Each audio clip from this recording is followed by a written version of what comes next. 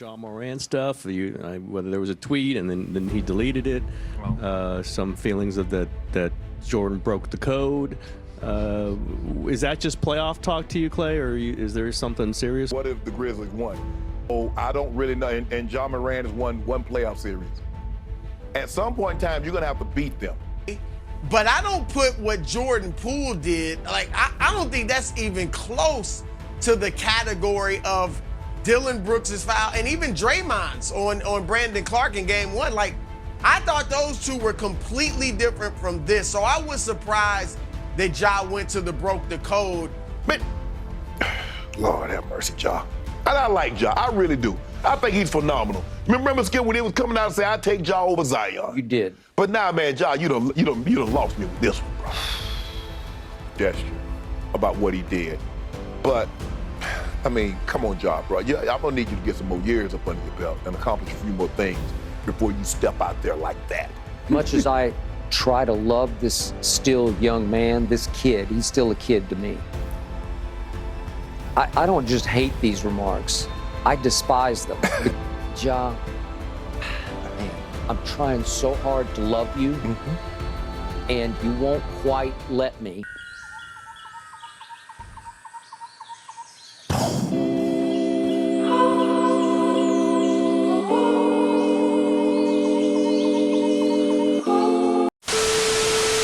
Demetrius Jamel Morant, or Ja, is a 22-year-old NBA star point guard for the Memphis Grizzlies. You'll most likely know him for his otherworldly athleticism, unbelievable play, or maybe for his off-the-court antics that have gotten some controversial coverage over the recent months. Ja's narrative so far in the league fascinates me. For someone to gain such wide appeal and then seemingly lose it in the midst of one playoff run is an interesting feat for any NBA player. Usually, you'll see this on the account of poor play or bad injury luck. Think back on how THT or D Rose's love kind of dwindled as their play did. But Ja's story is different, and his antics off the court was polarizing to the point that much of the NBA community either loves him or hates him at this point. In this video, I want to see why this is and track the narrative from his humble beginnings to NBA stardom and subsequently into narrative hell.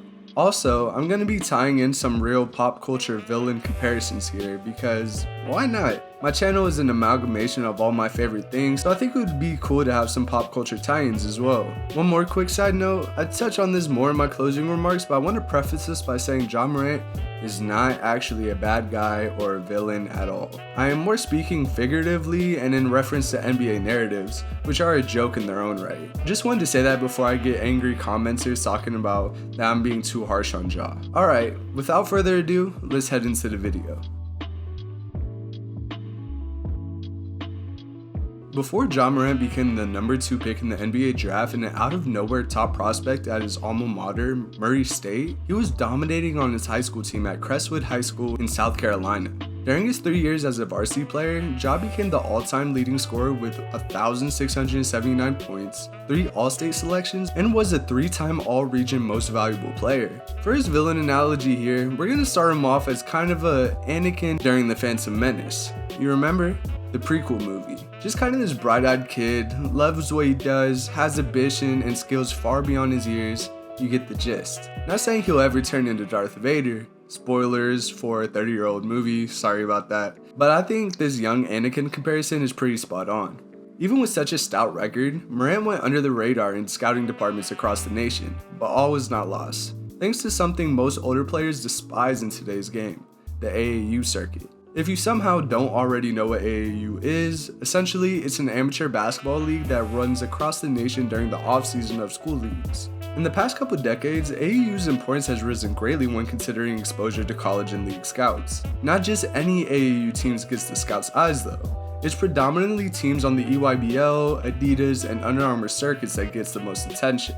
And unfortunately for Ja, he wasn't a member of one of those circuit teams, which meant it was an even harder time for Ja to get noticed. Thankfully, James Kane, an assistant coach for mid-major college Murray State, got hungry when scouting another prospect and asked for the location of the concession stand. If not for that, Kane may have never heard the bouncing balls in the gym behind it, where Ja Morant and other top prospects were showcasing their talents. Kane quickly realized this is who he should have been coming to scout, as his athleticism and intangibles could be spotted from miles away. After a few moments in a phone call to Murray State's head coach, Matt McMahon, Ja was verbally committed to the program before he was even 18 years old. In his senior season, Ja had even got the attention from some bigger universities like Alabama and South Carolina, although for a smaller role.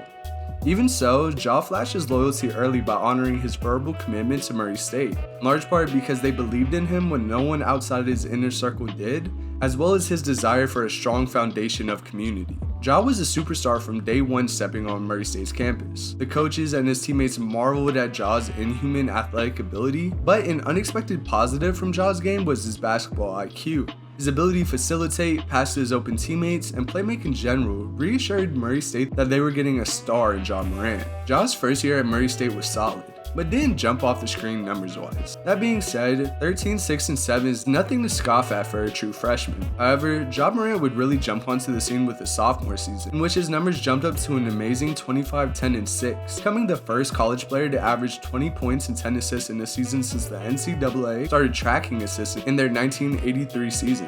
And stats are one thing, but how about leading his squad to their first NCAA tournament win since 2012, albeit losing in the second round? Off the heels of a stellar sophomore season with unreal flashes of athleticism and superstar potential, it was clear that Ja would be submitting his name for the upcoming 2019 NBA draft. Not only that, but he was a projected top 3 pick. Life was soon about to change for the small town kid Ja Morant, and I think it was time that we can officially say that Ja Morant was growing out of his underdog shell. He had arrived, to a certain extent.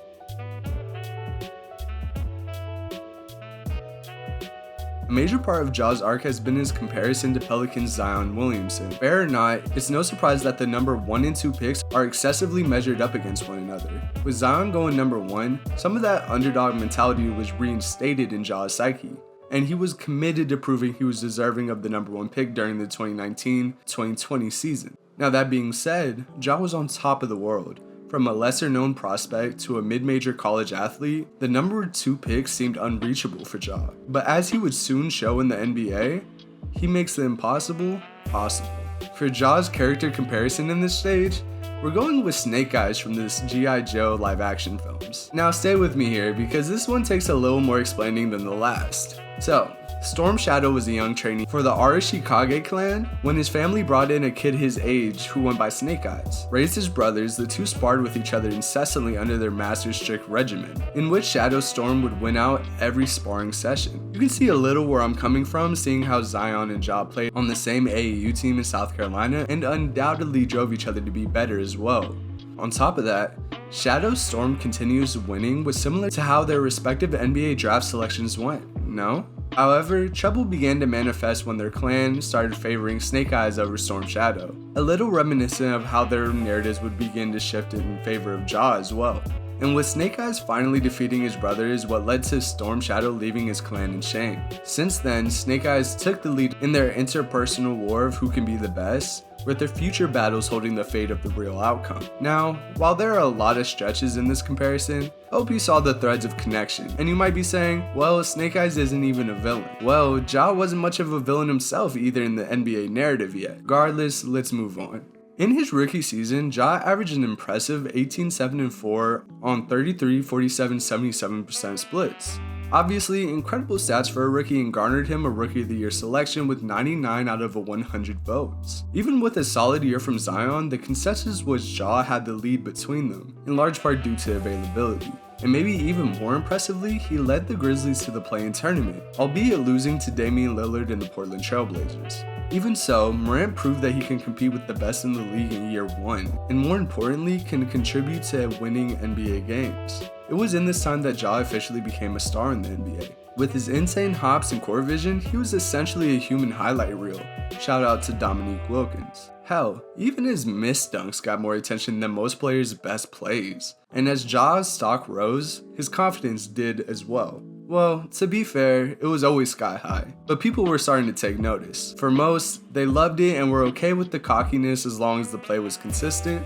However, for some, this is when Ja started to rub a small number of people the wrong way. Let's call this the quasi-flashpoint of this villain arc, but nothing of significance quite yet.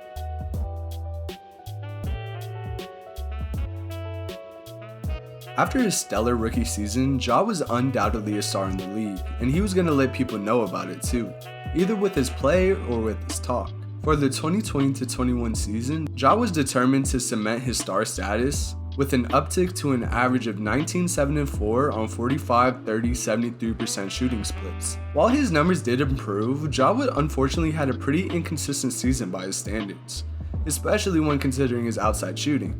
Even so, Ja's explosive athleticism and shining confidence eases fans' minds, although his haters were beginning to see cracks in his metaphorical armor. And one thing about Morant, he wasn't afraid to let anybody know about what he thought about their criticism, whether it be a player, a media member, or some random guy on Twitter. Ja would lead the Grizz to another play-in tournament appearance where they would face a familiar foe in Stephen Curry and the Golden State Warriors, after finishing off the 10th-seeded San Antonio Spurs. Even if the Grizzlies weren't the 9th seed to the Golden State's 8th seed, they were still the underdogs simply based off experience and star power. That wouldn't be enough to stop Ja's performance that put his foot in the door of Stardom with 35 points, 6 assists, and 6 rebounds on top of the overtime victory. The young Grizzlies would go on to get gentlemen sweeped by the Jazz, but Ja had a great series nonetheless, sprinkled with a 47, 7, and 4 game. A rocky season for Ja retrospectively, but for the fans, team, and especially his confidence was at a record quantities heading into the 2021-22 season. And if NBA fans love anything more than most, it would be tearing down the person they just built up. We can call this Ja's Spider-Man 3 era. Just like the end of the second film, Peter Parker had it all figured out, with both the sides of his scholarly and vigilante life, a lot like Ja's success after his first season. Then, with the added pressure from NBA fans or New York City civilians, Peter persuaded himself to use this black symbiote that had the power to take his ability up exponentially at the cost of making him an angrier, meaner person. Well, if that doesn't make much sense now, wait till you see the jump Ja makes in his 3rd year, both in his negatively received antics as well as his unbelievable play. Coming into the NBA's most recent season, the Grizzlies underwent major shifts in the roster in order to get Ja and newcomer Desmond Bane more offensive touches. Even I thought the Grizz was nuts making this move, especially because it made their team worse on paper with practically a swap for Steven Adams for Jonas Valanciunas, who was already on a pretty ludicrous contract. But in hindsight, the move was exactly what they needed to activate the rest of their team, and their depth would show greatly in this season, along with Ja's superstar scoring and playmaking ability. Ja obviously would go on to have his best season yet, averaging 27, 7, and 5 on 49, 34, 76% shooting splits. A dramatic increase in both efficiency and overall totals from his previous year. And of course, with his superstar play came his superstar ego, which was more on display now than ever before. Ja's coverage peaked early on in the season during their matchup with the Lakers. Sure, going against LeBron is going to be box office for any player, but add on the Westbrook doubts and an overall fantastic, close game, and you'll make a sliver of NBA fan heaven. Ja finished with 40, 10, and 3 with highlights galore, but unfortunately for Ja, down 3 with a few seconds on the clock, he gets sent to the line. Make, clank. Definitely a hard pill to swallow for Ja, and gave his haters a field day.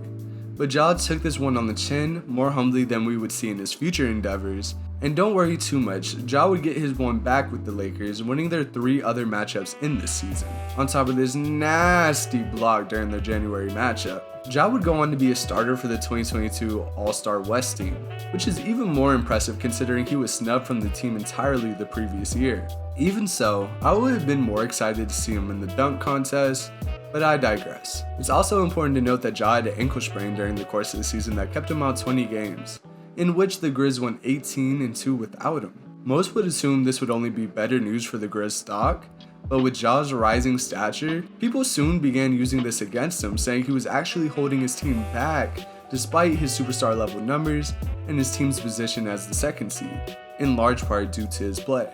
There was a side of thinking where Ja could only make this 18-2 team better, but on the other hand, his haters had a field day pointing to his flaws defensively and in usage rate, saying he was too ball dominant for how talented the team was. So far though, Ja, for the most part, wasn't considered a villain yet. While his critics have been growing parallel to his play, he was still viewed as an endearing star who may be starting to feel himself a tad too much. I think a good villain comparison would be Doc Ock in Spider-Man 2, prior to his initial fusion reactor incident. Stay with me here. Like Ja, Doc Ock was not yet a villain here, but had shown premonitions that his confidence in his work blinding desire to win at any cost, and a heavy ego could lead him down the wrong road. And the 2022 playoffs and ensuing offseason would hold exactly that in store for Morant and the Grizz. So let's get into Ja Morant's villain origin story moment.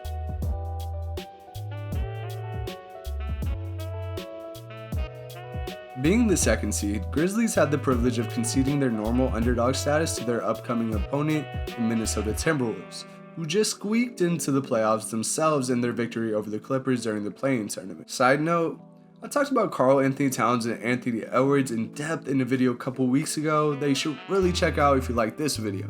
Alright, moving on. The T-Wolves had the pleasure of upsetting the jittery Grizzlies during their first game, a shock to much of the NBA world, thanks to stellar performances by Cat and Anthony Edwards. Of course, this caused a flurry of criticism at the feet of Ja and the Grizzlies, as they were heavily favored to win the series as the 6th seed. Not only that, but there seemed to be a narrative growing on Anthony Edwards possibly being the best player in the series, after his record-setting playoff debut, which in hindsight may have been a wild take considering Cat's on the same team. But the take was there nonetheless. Ja and the Grizzlies would perform some cleanup in Game 2 at their house, however. Pretty handedly too, utilizing a 14-man rotation and blowing the team out by a near 30 points. Much of the game's coverage spiked at the end, surprisingly, as Ja was filmed in the tunnel leaving the court saying, "Tell everybody stay on that side when they switched up. You switched up, stay on that side, man. Number Memphis over here. Memphis, yeah, you know what happened after every dub. Tell them 1-2 on that. Big Memphis." For a lot of NBA fans, this came off as too cocky for a guy who was just upset on his home court the previous game, and the sentiment of not wanting additional fans is admittedly odd. However, the Grizzlies truthers ate it up. One thing was for sure, Ja was going to have to perform well every night to back up his talk, and to that extent, he did. The Grizzlies and the Wolves would split the next 2 games, with no blatant, noteworthy moments besides some great overall games. Everything was pushed to the center of the table heading into Game 5, and critics and supporters alike idly waited seeing who would rise to the occasion, Ja and the Grizzlies or Ant and the T-Wolves. And boy, was NBA fans in for a treat with this one. After the Grizz led after 3 quarters, which saw 2 of the best playoff dunks of all time, the Wolves would surge back off the play of Cat and Ant collectively, topped off with a game-tying 3 by Ant with only a couple of seconds left on the clock. Only one thing left to do: stop Ja Morant. And surprisingly to nobody, Ja has one of the most acrobatic plays of the game to seal the win for the Grizz, and take the monumental Game 5 lead and make the series 3-2. And this gave Ja all the confidence to silence his haters and finish the series decidedly in Game 6, although it being within 10 points at the final buzzer. Ja and the Grizzlies basked in their light of victory at the sound of the buzzer, cracking jokes, dancing on the T-Wolves logo, and mimicking the gritty dance that D-Lo and Pat Bev had mocked them with earlier in their Game 1 loss. Of course, Grizzlies Nation loved every minute of this, but for the rest of the league, they thought Ja was a tad too exciting given how competitive the series was with a much lower seed. There is power in a grateful exit, but Ja was never one to not be boastful.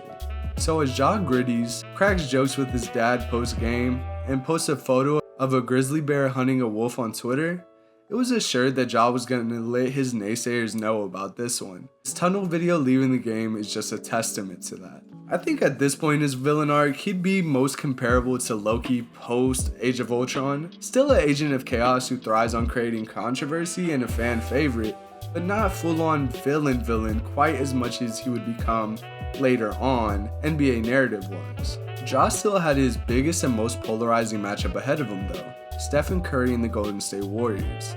Of course, this series had some history to it, team-wise with its several matchups during their grit and grind era, the aforementioned 2021 play-in matchup with the Grizzlies defeating them in OT, spearheaded by Ja's superstar performance, bad blood because of Dylan Brooks' comments about Iggy's refusal to join the squad when he was traded in 2020, and with Jaren Jackson Jr.'s strength in numbers tweet earlier in the season that Clay later admitted added fuel to the fire of their eventual championship win. Ja's haters and fans alike were on the edge of their seat all series to see if they would get to prop him up or shoot him down on account of his performances and antics throughout the series. So let's dive into how it went. Game 1 was a classic, with 3 30-point performances from Jaren Jackson Jr., Ja Morant, and surprisingly for most, Jordan Poole.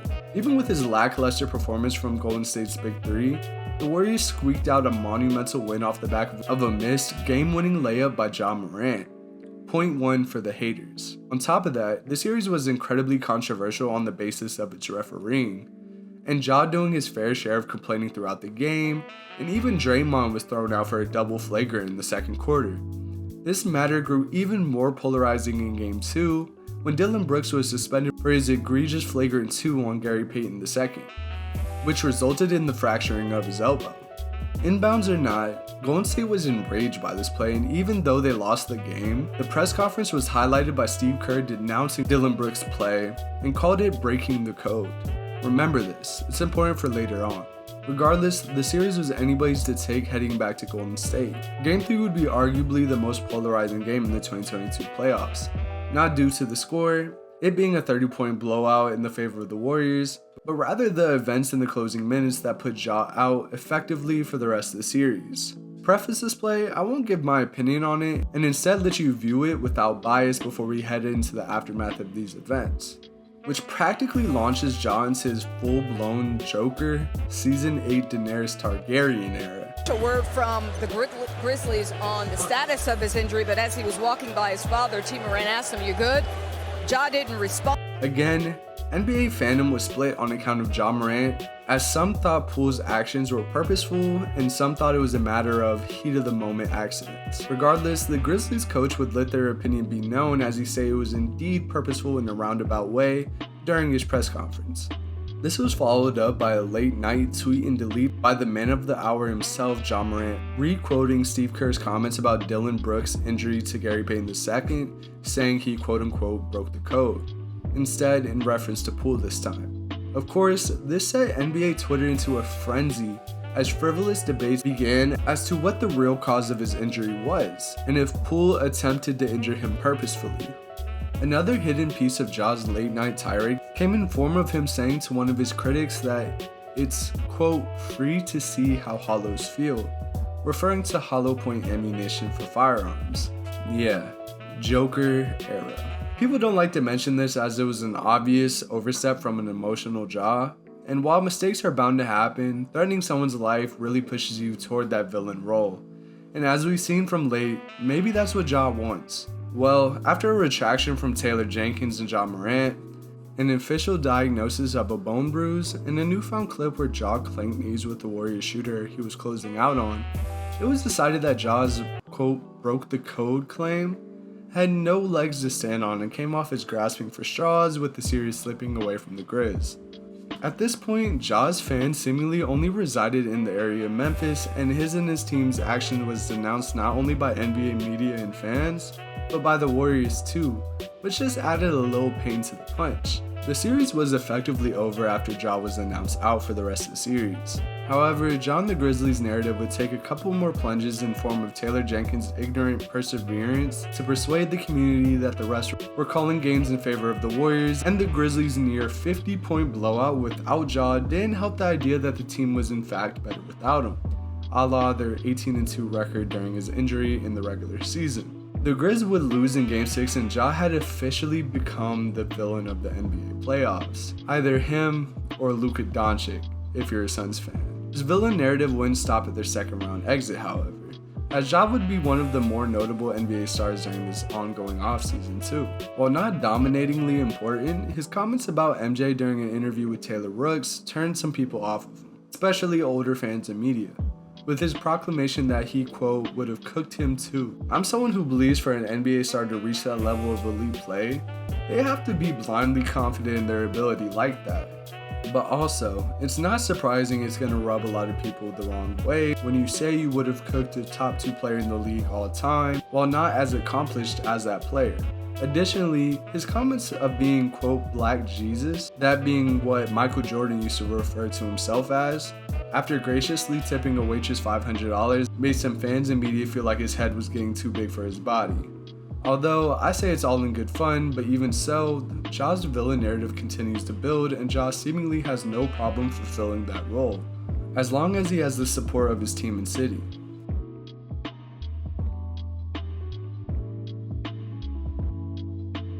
As we wrap up, we've gone over Ja's humble beginnings, explosive jump on the scene in form of a record-setting year at Murray State, his then rise to stardom, and this past playoffs turned into an NBA villain of some sorts, reminiscent of LeBron's years with the Heat. From a young Anakin Skywalker to an anti-hero role akin to Loki and Snake Eyes, to a full-blown villain like the Joker. That being said, of course, Ja's a very likable guy, and not a real villain in any sense of the word. He's earned his way, shows up in big games, and got it out the mud coming from a mid-major. I got respect for anybody who can do that, let alone follow it up with a Rookie of the Year, All-Star Starter, and a Most Improved award as well. I just noticed a trend of media discourse of the NBA community seemingly evolving Ja's narrative from small-town hero to full-of-himself villain, and wanted to share my thoughts and observations. Also, it's perfectly fine if you're a fan of Ja. In fact, he's a member of my personal top 5 players list, even as a Warriors fan. That being said, let me know what you guys think. Do you think Ja's narrative shift from incredibly high to slightly lower has come at the fall of himself and his antics? Or has the media's bias and fan delusion played a larger role in these incremental changes? Let me know in the comments below, and this video has been made by Underdog. Peace.